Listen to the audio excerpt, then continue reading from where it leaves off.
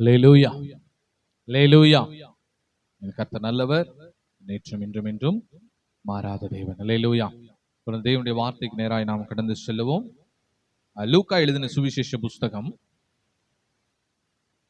17ஆம் அதிகாரம் எடுத்துக்கொள்ளுவோம். லூக்கா எழுதின சுவிசேஷ புஸ்தகம் 17ஆம் அதிகாரம் 12வது வசனத்தை நாம் வாசிக்க கேட்போம். அவர் ஒரு கிராமத்தில் பிரவேசித்த போது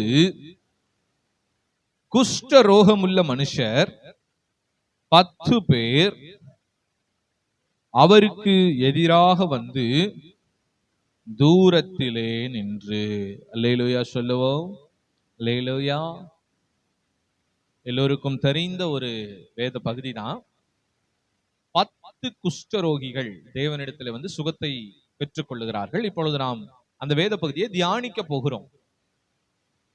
வேதம் சொல்லுகிறது, அவர் ஒரு கிராமத்தில் பிரவேசித்த போது, இயேசு கிறிஸ்து ஒரு கிராமத்திற்குள் பிரவேசிக்கிறார். அந்த காலத்துல இஸ்ரவேலிலே ஒரு பழக்கம் உண்டு. என்ன பழக்கம் என்று சொன்னால், ஊருக்குள்ள யாராவது குஷ்டரோகம் பிடித்திருந்தாங்க, இல்ல அவங்களுக்கு தொழுநோய் இருக்குது, அதாவது மற்றவர்களுக்கு பரவுகிற ஒரு பெரிய கொடுமையான நோய் ஒண்ணு இருக்குது அப்படின்னா, அவங்க என்ன பண்ணிடுவாங்கன்னா, அந்த கிராமத்தை விட்டு அந்த ஊரை விட்டு ஒதுக்கி என்ன பண்ணுவாங்க, ஊருக்கு வெளியே வச்சிருவாங்க. எப்படியா ஊருக்குங்கும் போது ஒரு எல்லை இருக்கும்ல, அந்த எல்லைக்கு வெளியே அவங்க இருப்பாங்க. அவங்க ஊருக்குள்ள வர கூடாது. ஒருவேளை வராங்க அப்படின்னா ஜனம் நடமாட்ட இல்லாத நேரத்துல தங்கள் முகத்துல துணிய போத்திட்டு அவங்க என்ன பண்ணுனா தீட்டு தீட்டு தீட்டுன்னு கத்திக்கிட்டே வரணும். இப்படி ஒரு பழக்க வழக்கம் அந்த காலத்துல இருந்து எத்தனை பேருக்கு இது தெரியும்? இருந்துச்சு. ஊருக்குள்ள ஒருவேளை அவங்க வந்துட்டாங்க, அனுமதி இல்லாம ஏதாவது அவசரத்துக்கு வர்றாங்க அப்படின்னா, ஆள் நடமாட்டம் இல்லாத டைம் தான் வரணும். அப்படியும் வரும் பொழுது அவங்க என்ன சத்தம் போட்டுட்டே வரணும்? ஆமா, துணியை மூஞ்சியில போத்திட்டு தீட்டு தீட்டு தீட்டு அப்படின்னு, என்ன பார்க்காதீங்க, என்ன பார்த்தவங்களுக்கு தீட்டு அப்படின்னு சொல்லி கத்திக்கிட்டே வருவாங்க. ஓடி வரும் பொழுது அவங்க அந்த வேலையை முடிச்சு திரும்பி போயிடுவாங்க. இப்படி நடந்து கொண்டிருந்த அந்த காலகட்டங்களில ஒரு 10 குஷ்டரோகிகள் இயேசு கிறிஸ்து ஒரு கிராமத்திற்குள் போகும் பொழுது அந்த கிராமத்துக்கு வெளியே என்ன பண்ணியிருக்காங்க இருக்காங்க. அந்த நேரத்துல பாருங்க, குஷ்டரோகிகள் யார்கிட்டயும் பேசக்கூடாது. என்ன பண்ணக்கூடாது? வியாதியஸ்தர்கள், அதாவது கொடுமையான வியாதி உள்ளவர்கள் யார்கிட்டயும் பேசக்கூடாது, பார்க்கக்கூடாது. ஆனா அதையெல்லாம் மீறி ஒரு காரியம் நடக்குது இங்க. என்ன அப்படின்னா, அந்த குஷ்டரோகிகள் இயேசுவை பார்த்து சத்தம் போடுறாங்க, இயேசுவை பார்த்து கத்துறாங்க, ஆண்டவரை பார்த்து பேசுறாங்க. தைரியம் பாத்தீங்களா? இதே வேற யாராவது பார்த்து பேசுனா கள்ள தூக்கி கட்டிப்பாங்க. என்ன பண்ணுவாங்க? கள்ள தூக்கி கட்டிப்பாங்க. அப்போ அவங்க என்ன, அதாவது இவங்க யாரை பார்த்து பேசுறாங்களோ அவங்க என்ன வேணா இவங்களை பண்ணலாம். ஏன்னா பேசவே கூடாது இவங்க யாருகிட்டயும். அவங்க வந்தா இவங்க ஒதுங்கிடணும். இப்படி இருக்க வேண்டியவங்க தைரியமாய் துணிச்சலோடு பேசுறாங்க ஆண்டவர்கிட்ட. இது யாருக்கு வரும்? யார் ஒருவர் மிக பாடுகளுடைய உச்சத்துல இருக்காங்களோ அவங்களுக்கு தான் இந்த தைரியம் வரும். அதாவது ஒரு ஊருக்கு வெளியே கிடக்குறான், வாழ்வாசா வாங்குற பிரச்சனை. இதுக்கப்புறம் நம்மளை யார் கொன்னா என்ன, நம்மளை யார் வாழ வச்சா என்ன, ஒரு சான்ஸ் ஆண்டவர்கிட்ட பேசி பார்ப்போம்னு பேசுறாங்க. இன்னொன்னு, அவங்களுக்கு எப்படி இயேசுவை பத்தி முதல்ல தெரிஞ்சது? இவர் நினைச்சா எங்களை சுகப்படுத்தலாங்கிறது எப்படி அவர்களுக்கு தெரிஞ்சது? இவரு அற்புதம் எங்க செய்யறாரு? ஊருக்குள்ள. ஆனா இவங்களுக்கு எப்படி அந்த காரியம் தெரிய வந்தது? தெரிஞ்சிருக்கு. அவர் ஒரு கிராமத்தில் பிரவேசித்த பொழுது குஷ்டரோகம் உள்ள மனுஷர் 10 பேர் அவருக்கு எதிராக வந்து தூரத்தில் நின்று, தூரமா நிக்கணும், பக்கத்துல வந்துடக்கூடாது, ரொம்ப தூரத்துல நின்று கத்துறாங்க. என்னன்னு சொல்றாங்க? இயேசு ஐயரே. ஐயர் என்றால் சாமின்னு அர்த்தம். இயேசு சுவாமி அப்படின்னு கத்துறாங்க. இயேசு ஐயர் பேர் சொல்லியே கூப்பிடுறாங்க. இயேசு ஐயரே, எங்களுக்கு இறங்கும் என்று சத்தமிட்டார்கள். அல்லேலூயா. எவ்வளவு அழகா சத்தம் போடுறாங்க பாருங்க. இயேசு ஐயரே, எங்களுக்கு இறங்கும் என்று சொல்லி சத்தமிட்டார்கள். வேதம் சொல்லுகிறது, அவர்களை அவர் பார்த்து, நீங்கள் போய், எங்களுக்கு இறங்கும்னே அவருக்கு புரிஞ்சிருச்சு. எல்லாரும் சேர்ந்து கத்துறாங்க, 10 பேரும் சேர்ந்து கத்தி எங்களுக்கு இறங்கும் அப்படின்னு சொன்ன உடனே ஆண்டவர் இறங்கிட்டார். இறங்கும்னு சொன்னனே ஆண்டவர் என்ன பண்ணிட்டாரு? இறங்கிட்டார். குரல்லையே சொல்லுவோமா? நம்முடைய வாழ்க்கையிலும் கூட மாறாத பிரச்சனைகள், தீர்க்க முடியாத சில காரியங்கள், விடுதலையாக்க முடியாத சில சூழ்நிலையில நம்ம இருக்கோம். ஆனா ஆண்டவரை பார்த்து நீங்க கூப்பிட்டீங்கன்னா கண்டிப்பா கர்த்தர் என்ன பண்ணுவாரு? பதில் கொடுப்பார். அல்லேலூயா. ஆண்டவரே சொல்றாரு, ஆகாயத்து பறவைகளை பாருங்க, விதைக்கிறதும் இல்ல, அறுக்கிறதும் இல்ல, களஞ்சியத்துல கொண்டு போய் சேர்க்கிறதும் இல்ல, ஆனாலும் உங்கள் பரமபிதா அவைகளுக்கு விலை போட்டுகிறார். காட்டு புஷ்பங்களை பார், எவ்வளவு அழகா கலர் கலரா உடுத்து வித்திருக்கிறேன் பார். சாலமோனுடைய சகல மகிமையிலும் சாலமோன் அப்படிப்பட்டதான ஒரு காரியத்தை, வஸ்திரத்தை அவன் உடுத்தினது இல்லைங்கிறார் ஆண்டவர். அல்லேலூயா. இன்றைக்கு மலர்ந்து மாலையில மறைகிற புல்லுக்கே நான் இவ்வளவு அழகாய் உடுத்துவிப்பேன், ஆனால் உங்கள் பரமபிதாவாகிய நான் உங்களுக்கு செய்வது அதிக நிச்சயம் அல்லவா என்று கர்த்தர் சொல்லுகிறார். அப்பொழுது நாம் அவரை நோக்கி நாம் கூப்பிடும் பொழுது கர்த்தர் கேட்பார். ஃபர்ஸ்ட் இந்த விசுவாசம் உங்களுக்குள்ள இருக்கணும். அல்லேலூயா. நாம் அவரை கூப்பிடும் பொழுது அவர் என்ன பண்ணுவார்? கேட்பார். ஆண்டவரே எனக்கு இறங்கும் என்று நாம் சொல்லும் பொழுது அவர் நமக்கு இறங்குவார். அல்லேலூயா. இது எத்தனை பேர் விசுவாசிக்கிறீங்க? இறங்குவார். ஆனா நல்ல ஒரு காரியத்தை புரிஞ்சுக்கணும். கைய தூக்குனா ஜெயங்கிறது தெரியும், ஆனா கைய தூக்கியே இருக்கணுங்கிறதும் தெரிஞ்சிருக்கணும். வரலையே சொல்லுவோமா? கூப்பிட்டா ஜெயங்கிறது கண்டிப்பா ஆண்டவர் கேட்பாருங்கிறது தெரியும், ஆனா நம்ம என்ன பண்ணிக்கிட்டே இருக்கணும்? அவரை கூப்பிட்டுக்கிட்டே இருக்கணும். கூப்பிட்டுக்கிட்டே இருக்கணும்னா சும்மா சும்மா கூப்பிட்டு அந்த கூப்பிட்டே இருக்குல்ல, அவர் சமூகத்தை தேடிக்கிட்டே இருக்கணும். நித்தமும் அவருடைய சமூகத்தை என்ன பண்ணும்? தேடுங்கள். தாவீது சொல்ல, நித்தம் அவருடைய சமூகத்தை தேடுங்கள் என்று தாவீது சொல்லுகிறார். நித்தமும்னா என்ன அர்த்தம்? தினமும், எப்பொழுதும். தினமுங்கிறத காட்டிலும் எப்பொழுதுங்கிற வார்த்தை நல்லா இருக்கு. எப்பயும் என்ன பண்ணிக்கிட்டே இருக்கணும்? அவர் சமூகத்தை தேடிக்கிட்டே இருக்கணும். அவரை என்னைக்கும் நம்ம வாஞ்சித்து கொண்டே இருக்கணும். அப்படிங்கும் பொழுது நீங்க ஒரு தேவைன்னு சத்தம் போடும் பொழுது கர்த்தர் உடனே நமக்கு என்ன பண்ணுவார்? இறங்குவார். சொல்லுவோமா? இவங்க சத்தம் இடுகிறார்கள். அப்பொழுது அவர்களை அவர் பார்த்து, அப்பொழுது அவங்க சத்தமிடும் பொழுது கர்த்தர் என்ன பண்றாரு? அவங்கள பார்க்கிறார். பார்த்து என்ன சொல்றாரு? நீங்கள் போய் ஆசாரியர்களுக்கு உங்களை காண்பியுங்கள் என்றார். அந்த காலத்துல ஒரு பழக்கம் இருந்துச்சு. நம்ம இப்போ ஒரு உடம்புல ஏதாவது நோய் இல்ல ஏதாவது ஒரு பாதிப்பு அப்படின்னா நம்ம யார்கிட்ட போவோம்? எங்க போவோம்? டாக்டர்கிட்ட போவோம். இப்ப மருந்து கொடுத்துட்டாரு, இப்ப அது சரியாயிட்டு வருது, யார்கிட்ட போய் செக் பண்ணுவோம்? டாக்டர்கிட்ட தான். ஆனா அந்த காலத்துல அப்படிப்பட்ட வேலையெல்லாம் யார் செஞ்சாங்கன்னா ஆசாரியர்கள் தான் செஞ்சாங்க.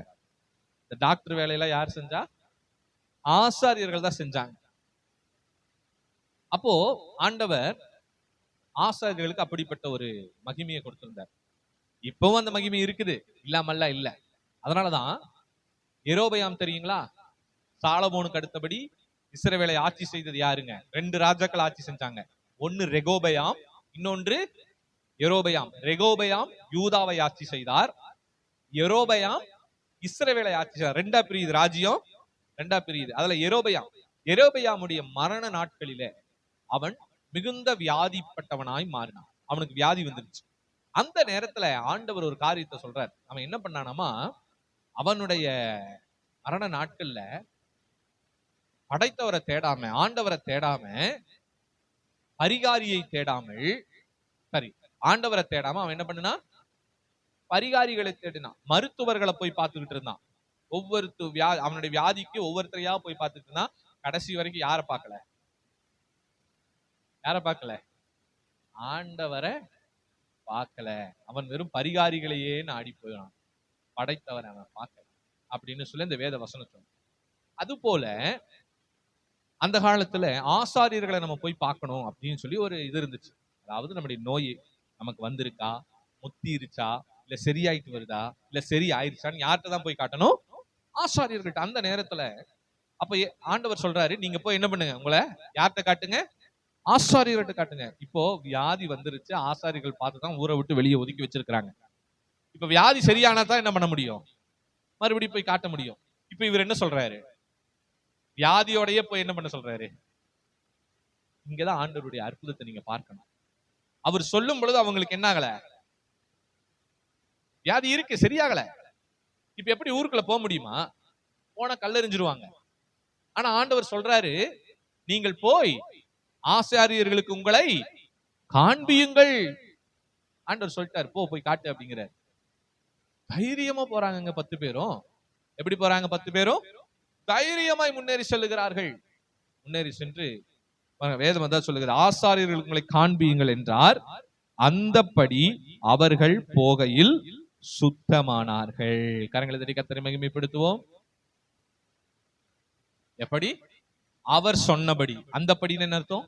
அவர் சொன்னபடி அவர்கள் போகையில், போகும்போதே என்ன ஆனாங்க? போக போக எல்லாரும் சுத்தமாகறாங்க. இதுக்கு நம்ம ஆண்டவரை தேடுகிறோம். தேடுகிற தேவன் நமக்கு செவி கொடுக்கிறார்.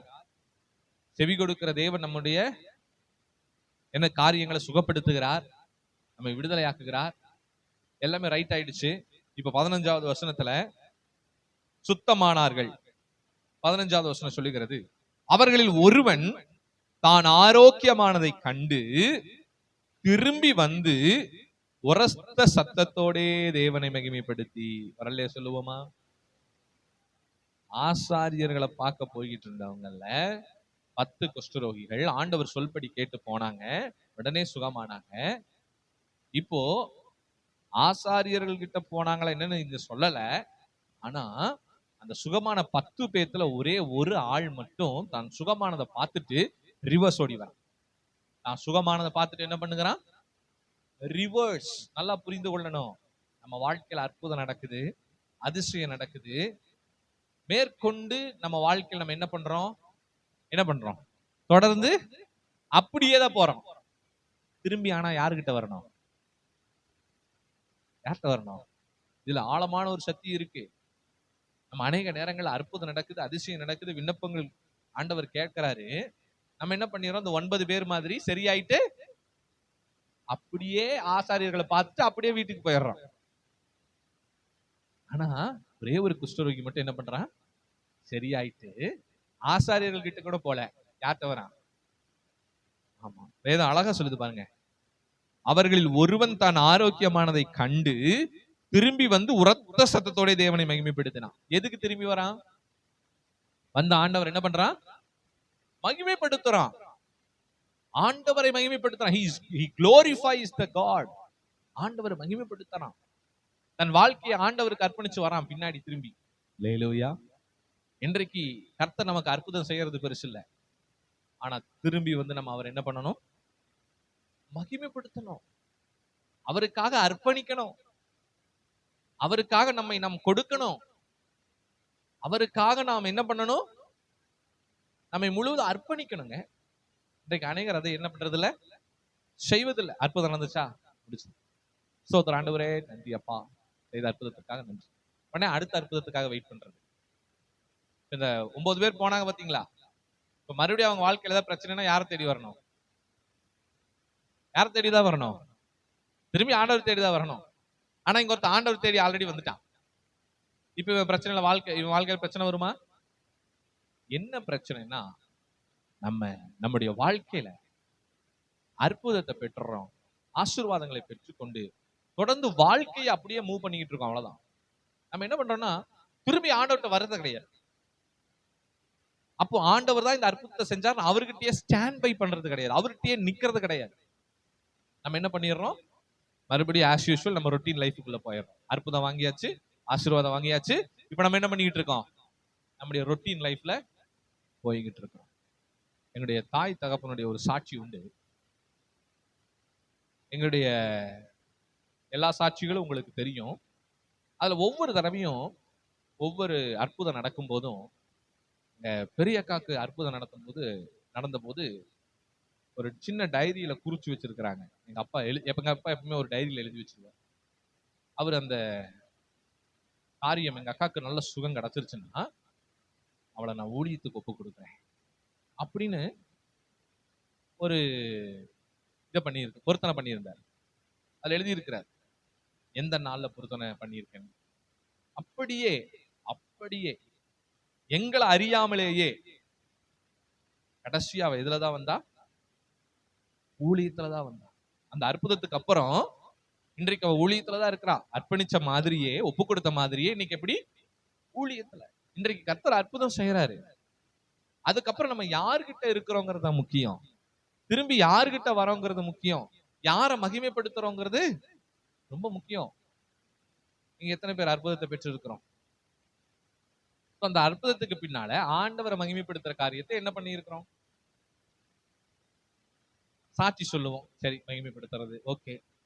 ஒரு காணிக்கை கொடுப்போம், சரி கர்த்தரை மகிமைப்படுத்திட்டீங்க ஓகே.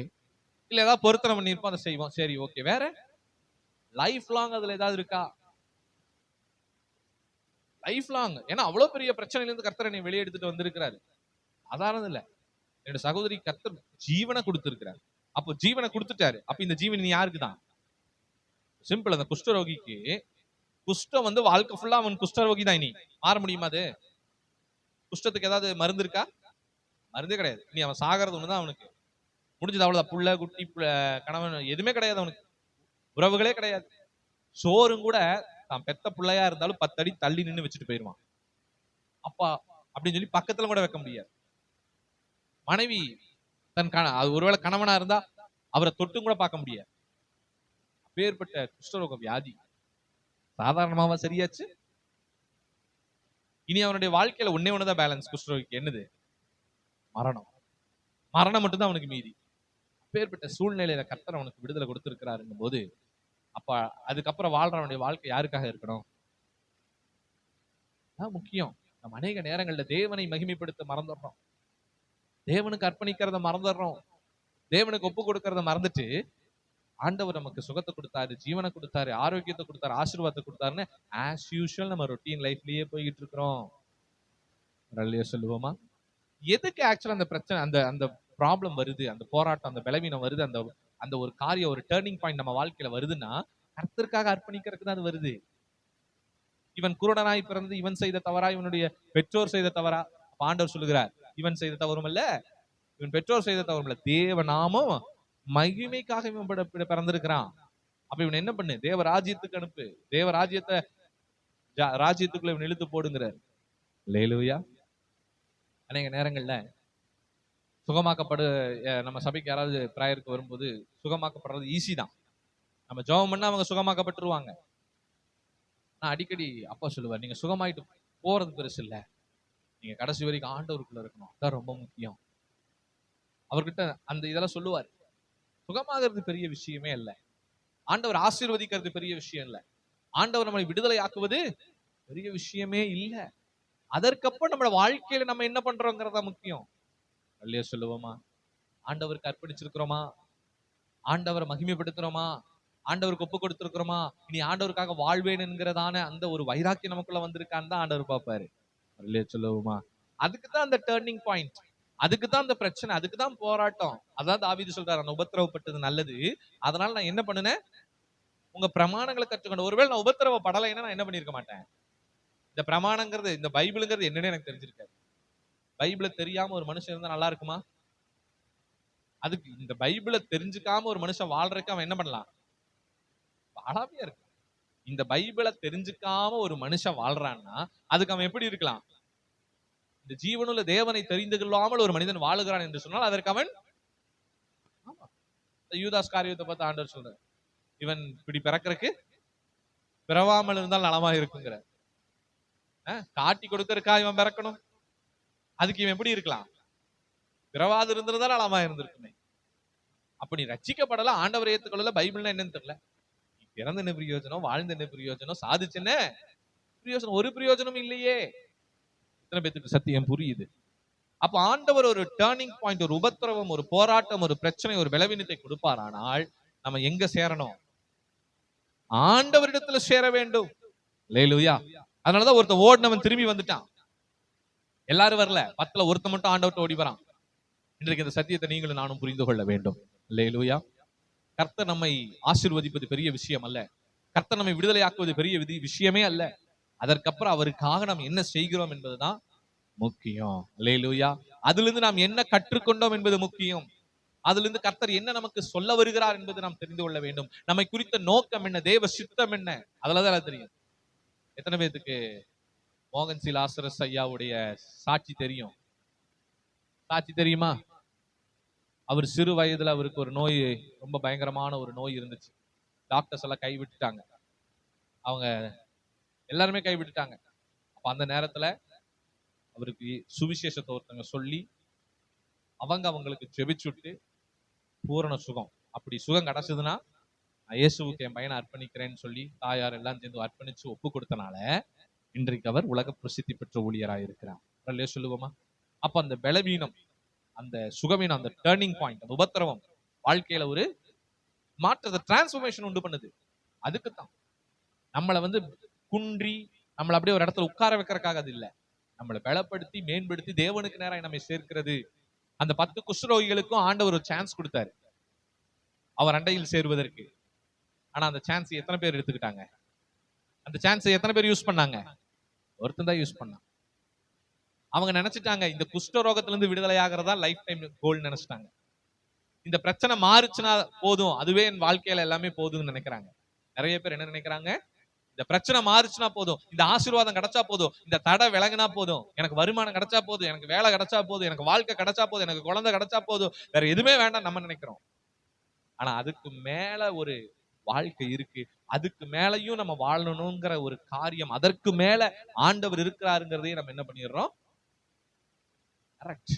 அதை மறந்து அந்த அற்புதத்தை மட்டுமே போக்கஸ் பண்ணிடுறோம். 10 பேத்துக்கு ஆண்டவர் சான்ஸ் கொடுத்தாரு. அந்த 10ல 9 பேர் உலகத்தையே போக்கஸ் பண்ணிட்டு போயிட்டான். ஒரே ஒருத்த மட்டும் தான் போக்கஸ் மாறுது. யாருகிட்ட? ஆண்டவர்கிட்ட. வரலையே சொல்லுவோமா? அதான் ஆண்டவர் சொல்ல, அழைக்கப்பட்டவர்கள் ஏகர், ஆனால் தெரிந்து கொள்ளப்பட்டவர்கள். ஆமா, எல்லாத்தையும் கூட்டிட்டு போறோம், ஆனா ஒருத்தங்களுடைய போக்கஸ் மட்டும் தான் ஆண்டவர் மேல இருக்கு. அல்லேலூயா. இன்னைக்கு நம்மளுடைய எண்ணம் போக்கஸ், இப்ப கண்டிப்பா எனக்கு தெரிஞ்சு இங்க இருக்கிற எல்லாத்துக்குமே நல்ல ஜீவனுள்ள சாட்சிகள் இருக்கும். அப்படிதானே? ஒண்ணு உங்களுக்கு இருக்கும், இல்ல உங்க கணவருக்கு இருக்கும், அதுவும் இல்லைன்னா உங்க பிள்ளைகளுக்கு இருக்கும். ஏதோ ஒரு விதத்துல உங்க குடும்பத்துல ஒரு ஜீவனுள்ள சாட்சி இருக்கும். அதுக்கப்புறம் உங்க போக்கஸ் என்னவா மாறுச்சு? அதானே வேணும். அந்த ஜீவனுள்ள சாட்சிக்கு பிறகு, அற்புதத்துக்கு பிறகு, அந்த தடை விலகினதுக்கு பிறகு நம்ம போக்கஸ் இப்ப எதுல இருக்கு? எங்க குடும்பத்துல 5 பேரும் அடிபட்டதுக்கு அப்புறம் தான் போக்கஸ் ஆண்டவர்ட்ட போச்சு. 5 பேருமே செத்து பொழைச்சோம். அதனாலதான் இன்னைக்கு ஊழியத்துல உட்கார்ந்துகிட்டு இருக்கோம். அல்லேலூயா. அதனாலதான் இன்னைக்கு ஆண்டவர் மகிமைப்படுத்திக்கிட்டு இருக்கிறோம். ஏன்? ஜீவனை கொடுத்தது யாரு? ஒருவேளை நான் திரும்பி வேலைக்கு தான் போகணும், அப்படிதான் போகணும், இப்படிதான் போகணும், உலக பிரகாரமா தான் போகணும்னு இந்த ஜீவனை கொடுக்கணுமா? அப்படி இந்த ஜீவனை கொடுக்கணுமா? ரசிக்கப்பட்டுட்டேன், ஜீவனை எடுத்துட்டு ஆண்டவர் போயிருக்கலாம்ல. அப்ப ஜீவனை கொடுத்திருக்கிற என்ன அர்த்தம்? ஏதோ ஒரு நோக்கம் இருக்கு, தேவனை மகிமைப்படுத்த வேண்டிய நோக்கம் இருக்கு. 5 பேர் இருக்கிறோம் எங்க குடும்பத்துல இருந்தோம். 5 பேத்துக்குமே மரணம் வந்துச்சு, 5 பேத்துக்குமே கர்த்தர் ஜீவனை கொடுத்தார். ஒருவேளை 5 ரட்சிக்கப்பட்ட குடும்பம் தான், 5 பேத்துக்கும் அந்த மரணம் வரும் பொழுது விட்டு இருந்தாருன்னா சந்தோஷமா பரலோகம் போயிருக்கலாம் அன்னைக்கு. I'm right? இன்னும் பாவமெல்லாம் அன்னைக்கு நாங்களாம் சின்ன பையங்க தான், பசங்க தான். அந்த அந்த மரணம் வரும்போதெல்லாம் நான் சின்ன பையன் தான். எனக்கு அந்த மாதிரி இருந்து எல்லாத்துக்குமே இருந்துச்சாங்க, 5 பேத்துக்குமே இருந்து. அன்னைக்கு ஆண்டு உயிர் எடுத்துக்கணும்னா எடுத்திருக்கலாம், அன்னைக்கு பரலோகம் போயிருக்கலாம். ஆனா கர்த்தர் மறுபடியும் ஜீவனை கொடுத்தார். கொடுத்திருக்கிறது எதுக்கு? Very good, very good, very good, மறுபடியும் நீ ஸ்கூலுக்கு போ. வெரி குட், வெரி குட், மறுபடியும் நீ காலேஜுக்கு போ. வெரி குட், வெரி குட், மறுபடியும் நீ வேலைக்கு போ. வெரி குட், வெரி குட், மறுபடியும் நீ உலக பிரகாரமா என்ன செய்யணுமோ செய்யி. வெரி குட், வெரி குட், நீ மறுபடியும் உலகத்துல இருந்த மாதிரி இருப்போ. அப்படிங்கறக்கா கொடுக்குறாரு. அதுக்கு அந்த அற்புதம் நடந்துச்சு. தேவனை மகிமைப்படுத்துகிற ஒரு காரியம் நம்ம வாழ்க்கையில இருக்கணும், அதுக்குத்தான் அது நடந்துச்சு. அதை நம்ம புரிஞ்சுக்கிறது இல்ல. ஒருத்த மட்டும் தான் புரிஞ்சுக்கிட்டான். அவன் தேவனை மகிமைப்படுத்துறதுக்கு திரும்பி வந்து தேவனை மகிமைப்படுத்தினான்னு வேதம் சொல்லுது. அல்லேலூயா. 16வது வசனம் பாருங்க. அவருடைய பாதத்தருகே முகங்குப்புற விழுந்தான். அப்படின்னு என்ன அர்த்தம்? அர்ப்பணிச்சுட்டான் தன்னை. நான் வாழ மாட்டேன், இனி எனக்கு வாழ்க்கை இல்ல, இனி நான் உயிரோட இருக்க மாட்டேன், என் குடும்பத்தோட போக மாட்டேன், என் பிள்ளைகளை பார்க்க மாட்டேன், இனி நான் மறுபடியும் இந்த உலகத்தை எல்லாத்த போல இந்த உலகத்தை நான் வாழ முடியாது நான் நினைச்சேன். ஆனா இப்போ எனக்கு என்ன பண்ணிட்டாரு ஏசப்பா? சுகத்தை கொடுத்து என்னை விடுதலையாக்கி மறுபடியும் இந்த உலகத்துல என்னை மற்ற மனுஷனை போல மாற்றி என் குடும்பத்தோட சேர வச்சு என் பிள்ளைகளோட சேர வச்சு மறுபடியும் அந்த பழைய வாழ்க்கையை எனக்கு கொடுத்திருக்கிறாரே. இனி நான் வாழ போறது அவருக்காகன்னு சொல்லி அவன் என்ன பண்றான்? தன்னை முழுசா, ஒருத்தன் கால் கடியில முழுசா விழுகிறானா என்ன அர்த்தம்? முகங்குப்புற விழுதானா என்ன அர்த்தம்? அவன் தன்னை முழுவதும் என்ன பண்ணிட்டான்? அர்ப்பணிச்சுட்டான். இப்ப சொல்றான், அதாவது ஆண்டவரே இனி நான் இல்ல நீங்க தான், அதை சிம்பாலிக்கா சொல்றான். இனி என் வாழ்க்கையில எல்லாமே நீங்க தான் சிம்பாலிக்கா சொல்றான் கீழே விழுந்து. அல்லேலூயா. முகங்குப்புற விழுந்து சொல்றான் என்னன்னு பாருங்க. அவருடைய பாதத்தருகே முகங்குப்புற விழுந்து அவருக்கு ஸ்தோத்திரம் செலுத்தினான். ஒரு அல்லேலூயா சொல்லுவோமா? முகங்குப்புற விழுந்து அவருக்கு என்ன பண்ணுகிறான்? ஸ்தோத்திரம் செலுத்தினான். அவன் சமாரியனா இருந்தான். இதுல ஒரு மிகப்பெரிய சக்தி அடங்கி இருக்கு. எப்படி? அவன் முகங்குப்புற விழுந்து ஆண்டவருக்கு ஸ்தோத்திரம் சொல்லி தன்னை அர்ப்பணிச்சுட்டு கடைசியில அவனுடைய அந்த இனத்தை பத்தி சொல்லுகிறாங்க. இவன் யாராமா? சமாரியன்னா அந்த காலத்துல யாருங்க? தாழ்த்தப்பட்டவங்க. சமாரியன்னா தாழ்த்தப்பட்டவங்க. சமாரியன் ஒதுக்கப்பட்டவன். நம்ம இன்னைக்கு பேசுறோம்ல கீழ் ஜாதி மேல் ஜாதின்னு. அந்த காலத்துல சமாரியனுங்கிறது யாருங்க? கீழ் ஜாதி. இருக்கிறதுல ரொம்ப இது லீஸ்ட் அவன் தான். இருக்கிறதுலயே ஹையஸ்ட் எது? யூத ஜாதி. இருக்கிறதுலே உலகத்திலே ஹையஸ்ட் காஸ்ட் எதுன்னா யூத ஜாதி தான். அப்போ யூத, எபிரேய, கிரேக்கம் நிறைய ஜனங்கள் இருந்தாங்க. அப்போ இருக்கிறது லீஸ்ட் யாருன்னா சமாரியர்கள். அப்போ ஆண்டவரிடத்து தன்னை அர்ப்பணிக்க முழுமனதாய் ஒப்பு கொடுத்தவன் யாருங்க? சொல்லுங்க. மைனாரிட்டி தான் ஒப்பு கொடுத்தான். மைனாரிட்டி தான். நம்மள என்ன மைனாரிட்டிங்கிறாங்க பாத்தீங்களா? இவங்க எல்லாம் பிசி, எஸ்சி, எஸ்டி அப்படி எல்லாம் சொல்றாங்க தெரியுங்களா? இவங்க ஏடி, ஆடி, என்னென்னமோ பேசுறாங்க. இன்னைக்கு அவன் தான் ஆண்டவருக்கு அர்ப்பணிக்கிறான் தன்னை. ஒரு சொல்லுவோமா? எல்லாரும் ஆண்டவருடைய பிள்ளைங்க தான். ஆனா அர்ப்பணிக்கிறவன் யாரு? இருக்கிறதுலயே. ஆனா அர்ப்பணிக்க வேண்டியது யாரு? யூதன் அர்ப்பணிக்க வேண்டியவன், லேவியன் அர்ப்பணிக்க வேண்டியவன். ஆனா இங்க யார் அர்ப்பணிச்சுக்கிட்டு இருக்கிறா? சமாரியன் அர்ப்பணிச்சுக்கிட்டு இருக்கிறான். செய்ய வேண்டியவங்க எல்லாம் செய்யல. அதனால ஒதுக்கப்பட்டவங்க எல்லாம் செய்ய ஆரம்பிச்சிட்டாங்க. ஒரு அல்லையா சொல்லுவோமா? அப்ப இதுதாங்க சத்தியம். ஆண்டவர் சொல்லுகிற சத்தியம் அதுதான். அவனுக்கு கூட சத்தியம் புரிஞ்சிருச்சு, இன்னும் உனக்கு புரியலடாங்கிற. அல்லேலூயா. என்ன 24 மணி நேரம் தொழுது கொண்டு இருக்கிற யூதனுக்கும் லேவியனுக்கும் புரியல. என்னோட அற்புதத்தை ஒரு தடவை ருசி பார்த்த சமாரியனுக்கு என்னை பத்தி புரிஞ்சிருச்சு. தன் ஜீவன் கர்த்தர் எதுக்கு கொடுத்தாருங்கிறத புரிஞ்சுக்கிட்டான். என் காலில் விழுந்து முகங்குப்புற விழுந்து என்ன பண்ணிட்டு இருக்கான்? என்ன ஸ்தோத்திரம் செலுத்தி என்னை மகிமைப்படுத்திக்கிட்டு இருக்கிறான். ஒரு சொல்லுவோமா? சத்தத்தை சொல்லுவோமா? இன்றைக்கு நாம் எத்தனை பேர் தேவனுக்கு நன்றி உள்ளவர்களாய் நம்முடைய வாழ்க்கையில ஆண்டவரை மகிமைப்படுத்தி கொண்டு இருக்கிறோம்? இல்ல ஆஸ் யூஷுவல் நான் என் வாழ்க்கையை தான் வாழ்ந்துகிட்டு இருக்கேன். என் பிள்ளைகளுக்காக, என் கணவனுக்காக, என் மனைவிக்காக, என் குடும்பத்துக்காக வேற நான் இன்னும் வாழ்ந்துகிட்டே இருக்கிறேன். ஆண்டவர் எத்தனையோ அற்புதங்கள், எத்தனையோ காரியங்கள் எனக்கு செஞ்சும் நான் என்ன பண்ணல? ஆண்டவர் மகிமைப்படுத்த போகல. அந்த 9 பேர் மாதிரி என் வாழ்க்கையை பார்த்துட்டு நான் போயிட்டேன். சொல்லுவோமா? அது சத்தியம் அல்ல. இந்த சத்தியத்தை புரிந்து கொண்டு ஒரே ஒரு காரியத்தை மட்டும் உங்களிடத்துல நான் தெளிவுபடுத்த விரும்புகிறேன். தேவனை மகிமைப்படுத்துற ஒரு வாழ்க்கை வாழுங்க. அது போதும். அல்லேலூயா. நம்ம வாழ்வோமா, வாழ மாட்டோமா, இருப்போமா, இருக்க மாட்டோமா, இதெல்லாம் நமக்கு இப்ப முக்கியம் இல்லை. நம்ம வாழ்றது கொஞ்ச நாளா இருந்தாலும் தேவனை மகிமைப்படுத்துகிற ஒரு வாழ்க்கையா இருக்க வேண்டும். அல்லேலூயா சொல்லுவோமா? சத்துவத்தை சொல்லுவோமா? ஏன்னா இன்னைக்கு இருக்கிறவங்க நாளைக்கு இல்லை, நாளைக்கு இருக்கிறவன் நாளைக்கு இருக்க மாட்டான், நேற்று இருந்தவன் இன்னைக்கு இல்லை. அல்லேலூயா. சோ வாழ்க்கை நிரந்தரம் அல்ல, ஆண்டவர் தான் நிரந்தரம். எத்தனை பேருக்கு சத்தியம் புரியுது? 9 பேரும் வாழ்க்கை தான் பெருசுன்னு ஓடிட்டான். அடே அது நிரந்தரம் இல்லை. ஒரே ஒருத்த மட்டும் திரும்பி ஆண்டவர் தான் பெருசுன்னு வந்தான். அவன் தான் நிரந்தரத்தை கண்டுபிடிச்சான். சொல்லுவோமா? அல்லேலூயா. அதான் 19வது வசனம்.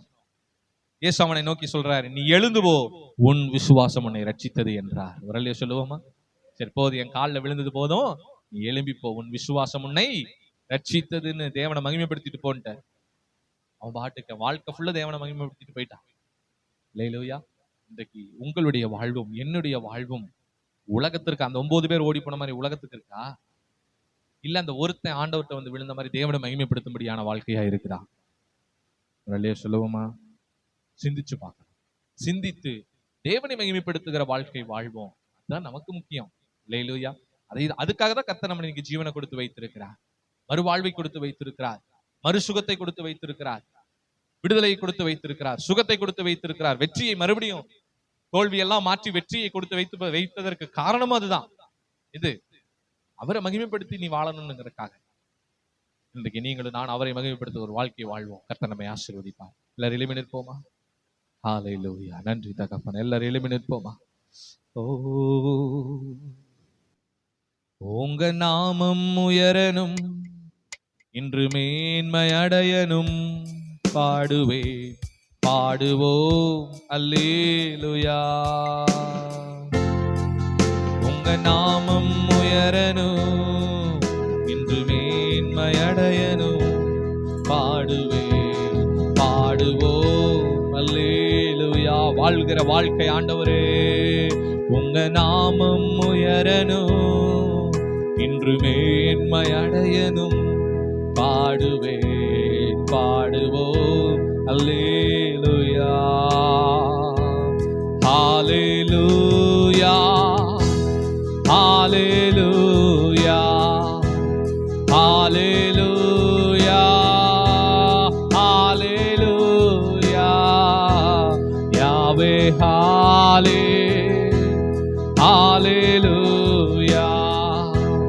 யாவே ஹalleluya.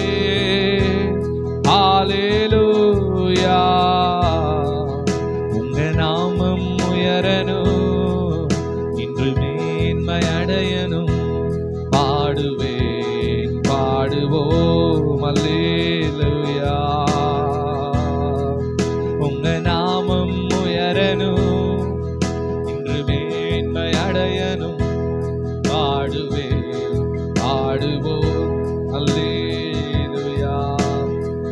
சிறைச்சாலை அடைப்பதில்லை, சங்கிலிகள் நிரந்தரமில்லை. உங்க நாமம் உயர்த்தும் போது அஸ்திபாரம் நிலைப்பதில்லை. சிறைச்சாலை அடைப்பதில்லை, சங்கிலிகள் நிரந்தரமில்லை. உங்க நாமம் உயர்த்தும் போது அஸ்திபாரம் நிலைப்பதில்லை. இயேசுவே உம் நாமமே உயரனும் அல்லேலூயா. இயேசுவே உம் நாமமே பெருகனும்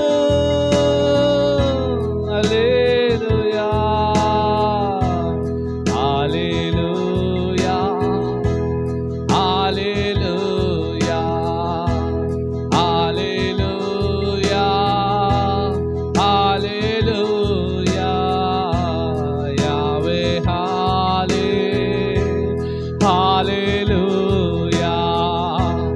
யாவே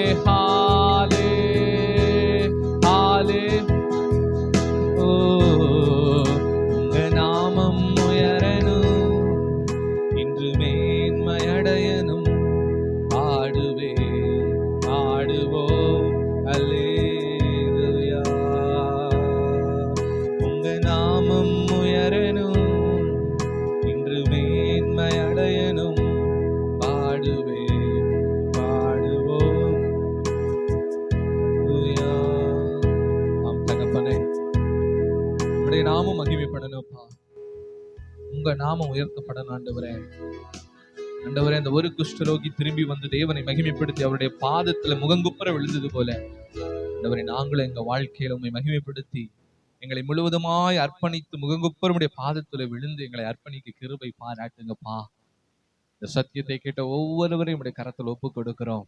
எங்க வாழ்க்கையில ஒரு மாற்றம் உண்டாகட்டும். தேவனை அதிகமாய் மகிமைப்படுத்த கிருபை பாராட்டுங்க ஆண்டவரே. தேவனை மகிமைப்படுத்துகிற காரியம் இன்னும் அதிகமாகட்டும். வாழ்க்கையில் அர்த்தமற்ற வாழ்க்கைகள் மாறட்டும் இயேசுவின் நாமத்தினால.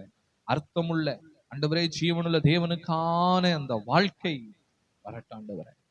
நாங்கள் உண்மை உணர்ந்து புரிந்து வாழ கிருபை பாராட்டுங்க. வாழுகிறது கொஞ்ச நாள்ல தேவனை மகிமைப்படுத்தி தேவனுக்காக வாழ எங்களுக்கு கிருபை பாராட்டுங்க. தாழ்த்து உடைய சமூகத்தில் ஒப்புக் கொடுக்கிறோம். மற்ற பெரிய காரியங்களை செய்யுங்க. கேட்டமுடைய சத்தியத்தின் பிரகாரம் ஒவ்வொரு 30, 60, 100 பலன் தரட்டும். அந்த ஒவ்வொரு பிள்ளைகளையும் தனித்தனியாய் பேராய் குடும்பமாய் கர்த்தர் ஆசீர்வதித்து வழிநடத்துங்க. கர்த்தர் பெரிய காரியங்களை செய்வீராக. இயேசுவின் நாமத்தில் ஜெபிக்கிறேன் ஜீவனுள்ள நல்ல தகப்பனே, ஆமென். என் ஆத்துமாவே கர்த்தரை ஸ்தோத்தரி, என் முழு உள்ளமே கர்த்தருடைய பரிசுத்த நாமத்தை ஸ்தோத்தரி. என் ஆத்துமாவே கர்த்தரை ஸ்தோத்தரி, கர்த்தர் செய்த சகல உபகாரங்களை மறவாதே. ஆமென் ஆமென். அல்லேலூயா அல்லேலூயா அல்லேலூயா. பிரதம எங்கள் ஒவ்வொருவரையும் ஆசீர்வதிப்பாராக. சமாதானத்தோடு போய் வாருங்க. தேவனுடைய நாமத்தை மகிமைப்படுத்துவோம். கர்த்தர் பெரிய காரியங்களை செய்வாராக. ஆமென்.